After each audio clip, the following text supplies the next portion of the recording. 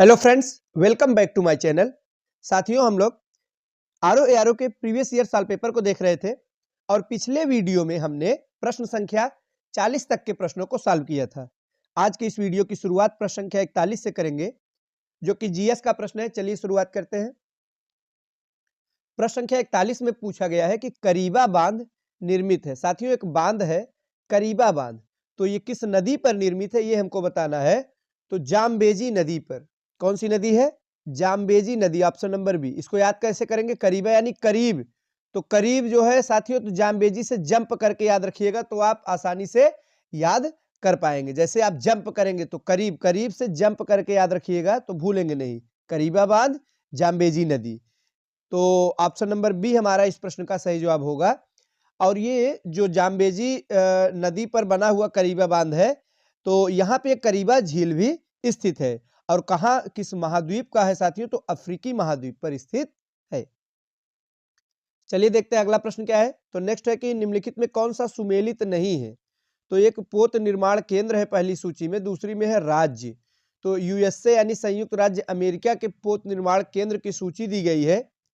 इसमें से जो सुमेलित नहीं है वो है option number D, Camden Florida जो दिया गया, यही वाला सुमेलित नहीं है। क्यों नहीं सुमेलित है साथियों? तो यहाँ पे जो कैमडेन है ये न्यू जर्सी में स्थित है, फ्लोरिडा में नहीं है। ऑप्शन नंबर डी हमारा इस प्रश्न का सही जवाब होगा। चलिए बढ़ते हैं हम अपने अगले प्रश्न की तरफ और देखेंगे कि क्या पूछा गया है साथियों।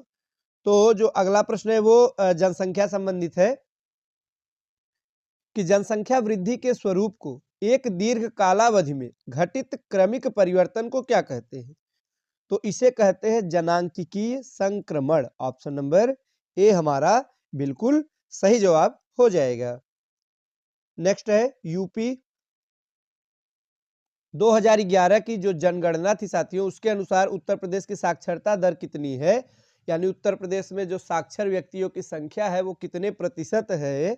तो 67.68%। ऐसे भी याद रखिएगा, 67-68, 67-68 याद रखेंगे, भूलेंगे नहीं। कितने हैं पढ़े लिखे? 67-68 लोग हैं। ऐसे करके एक आपको माइंड में साथियों छप जाएगा, या भूलेंगे नहीं। 67-68 यानी 67.68। ऑप्शन नंबर सी हमारा सही जवाब होगा। साथियों देखिए, व्याख्या में दिया गया है उत्तर प्रदेश की साक्षरता दर 67.7 है। कितना है? 67.7 है। तो ये एग्जैक्ट साथियों 68 यहाँ दिया गया है, और आपको 67.7 भी कहीं कहीं ऑप्शन में देखने को मिलेगा। पुरुष और महिला साक्षरता दर की बात की जाए, 77.3% पुरुष साक्षर और 57.2% महिला साक्षर। आगे है 2011 की जनगणना के आधार पर उत्तर प्रदेश के संदर्भ में निम्नलिखित आंकड़ों में कौन सा सुमेलित नहीं है? इसमें कौन सा नहीं सुमेलित है? पहला है देश की जनसंख्या में उत्तर प्रदेश की जनसंख्या का प्रतिशत 18.5% है। यही वाला गलत है। ऑप्शन नंबर ए हमारा सही जवाब होगा। क्यों? कुल जनसंख्या का उत्तर प्रदेश जो जनसंख्या का प्रतिशत है वो है 16.5%। 16.5 लगभग कह सकते हैं। 18.5 जो दिया गया है वो गलत है। आइए अब हम बढ़ते हैं अगले प्रश्न की तरफ। हमारा अगला प्रश्न क्या है? निम्नलिखित में से किस राज्य की जनसंख्या सर्वाधिक है? सबसे ज्यादा जनसंख्या तो अपने यहाँ यानी कि उत्तर प्रदेश की जनसंख्या है। ऑप्शन नंबर डी हमारा सही जवाब होगा। आगे निम्नलिखित कथनों पर विचार कीजिए। कथन कारण दिए गए हैं, आइए इन्हें भी देखते हैं। साथियों, कथन है भारत की जनगणना हर 10 वर्ष पर की जाती है। बिल्कुल सही है, आप सभी जानते होंगे। प्रत्येक 10 वर्ष पर जनगणना की जाती है। 10 वर्ष की अवधि के दौरान भारत की जनसंख्या अधिकांशतः अपरिवर्तित रही है। ये गलत है। ऐसा नहीं है कि अपरिवर्तित रही है। तो सिर्फ पहला सही है, यानी कि ऑप्शन नंबर सी ए सही है, किंतु आर गलत है। नेक्स्ट है कि जनगणना 2011 के अनुसार निम्नलिखित में से किसमें जनसंख्या घनत्व सबसे कम है? तो दिए गए विकल्पों में पूछा गया है, तो उत्तर प्रदेश सही जवाब होगा। Option number A. आप देख सकते हैं बिहार का सर्वाधिक है। उत्तर प्रदेश की जो जनसंख्या घनत्व की बात की जाए तो 829 है। कितना है? 29। आगे है कि 2011 की जो जनगणना थी साथियों, उसमें कौन सा आदर्श वाक्य उपयोग किया गया, उसकी थीम क्या थी? तो उसकी थीम थी आवर सेंसस आवर फ्यूचर, यानी our census our future. Option number D, हमारी जनगणना हमारा भविष्य। आगे है 2011 की जनगणना के अनुसार नगरीकरण के अवरोही क्रम में व्यवस्थित करना है। किसमें? अवरोही क्रम में व्यवस्थित करना है। तो अवरोही क्रम में जब व्यवस्थित करेंगे तो सबसे पहले गोवा होगा साथियों। क्या होगा? सबसे पहले गोवा हो जाएगा। तो उसके बाद क्या हो जाएगा? उसके बाद हमारा मिजोरम होगा, फिर तमिलनाडु, फिर केरल, यानी ऑप्शन नंबर ए हमारा सही जवाब हो जाएगा। नेक्स्ट है, फिर से कथन कारण दिए गए हैं, हमें बताना है क्या सही क्या गलत है। साथियों, भारत में सन 2001 के पश्चात शहरीकरण में तीव्र वृद्धि हुई है, बिल्कुल सही है। कारण है कि भारत में मोबाइल संप्रेषण के क्षेत्र में क्रांति हो रही है।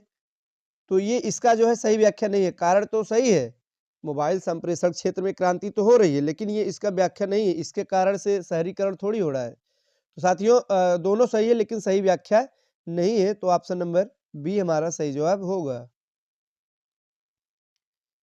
अगला प्रश्न है, निम्नलिखित में किस राज्य में 2011 के जनगणना के अनुसार 10 लाख ही प्लस के नगरीय समूह नहीं है? कौन सा राज्य है? तो वो है ओडिशा। तो 2011 की जनगणना की बात की जा रही है, ऑप्शन नंबर सी हमारा सही जवाब होगा। नेक्स्ट, भारत की 2011 की जनगणना के अनुसार सर्वाधिक जनसंख्या निम्नलिखित नगरीय युग्म में से किसमें दर्शित हुई है? सबसे ज्यादा तो मुंबई एवं दिल्ली में दर्शित हुई है। कहां कहां? मुंबई एवं दिल्ली में, ऑप्शन नंबर डी। फिर से जनगणना का प्रश्न है कि 11 की जनगणना के अनुसार भारत की जनसंख्या विश्व की जनसंख्या का कितना प्रतिशत है? विश्व की जनसंख्या का तो 17.31%। ऐसे करके याद रखिएगा, 17 के लगभग है साथियों, 17.31%। 17 से खतरा, ऐसे करके याद रखिएगा, भूलेंगे नहीं। तो एग्जैक्ट है 17.5। कितना? 17.5, यानी 17.5। निकटतम आंसर होगा ऑप्शन नंबर ए। अब पॉलिटी के प्रश्न साथियों आ गए हैं, आइए इन्हें भी देखते चलते हैं। तो पॉलिटी का पहला प्रश्न क्या है? निम्नलिखित में कौन एक भारतीय संविधान के अंतर्गत आपात की उद्घोषणा का आधार नहीं हो सकता? 3 प्रकार के आपात लगाए जा सकते हैं, आप सभी जानते हैं। 52, 56, 60 है, 352, 56, 60 ये अनुच्छेद के अंतर्गत। तो कौन सा नहीं होगा? आंतरिक अशांति इसका आधार नहीं होगा, ऑप्शन नंबर डी। युद्ध हो सकता है, बाह्य आक्रमण हो सकता है, सशस्त्र विद्रोह हो सकता है। देखिए यहाँ पे दिया गया भाग 18 के अंतर्गत राष्ट्रपति को ये अधिकार होता है। नेक्स्ट, भारतीय संविधान के संदर्भ में निम्नलिखित कथनों पर हमको विचार करना है। तो पहला कथन है, संघ मंत्रिपरिषद लोकसभा के प्रति सामूहिक रूप से उत्तरदायी होगी। बिल्कुल सही है। पहला क्या है हमारा? बिल्कुल सही है। और आगे क्या है साथियों? दूसरा है, संघ के मंत्री प्रधानमंत्री के प्रसाद पर्यंत अपने पद धारण के। ये गलत है, सिर्फ एक सही है। कौन सही है? केवल एक। आगे है, 2 सूची दी गई है, सुमेल करना है। आइए सुमेल करते हैं। अनुसूची से प्रश्न है, बड़ा ही महत्वपूर्ण है। 7वीं अनुसूची में क्या है? तो आसान भी है, आप पढ़े होंगे। 7वीं अनुसूची में साथियों विधायी शक्तियों का वितरण, यानी जो समवर्ती सूची, राज सूची, संघ सूची, ये सभी आपको देखने को मिलेगा। 8वीं में भाषा है। 8वीं में क्या है? भाषा है। कितनी भाषा है? 22 भाषाएं हैं संविधान में मान्य। 22 भाषा किसमें है? 8वीं में। किसमें है? 8वीं में भाषा है। 9वीं में क्या है साथियों? कुछ अधिनियमों का विधिमान्यकरण, यानी ऑप्शन नंबर 4। 10वीं में दल बदल, 10 से 10, 10 से दल बदल, 10 से 10, 10 से दल बदल, यानी दल परिवर्तन के आधार। तो हमारा सही कूट क्या होगा? ऑप्शन नंबर सी हो जाएगा। आगे, निम्नलिखित में कौन भारतीय संविधान के अंतर्गत सही सुमेलित नहीं है? ऑप्शन नंबर डी, अधिकरण भाग 10 दिया गया, यही वाला सुमेलित नहीं है। भाग 10 का संबंध अधिकरण नहीं है, बल्कि अनुसूचित क्षेत्र से संबंधित है।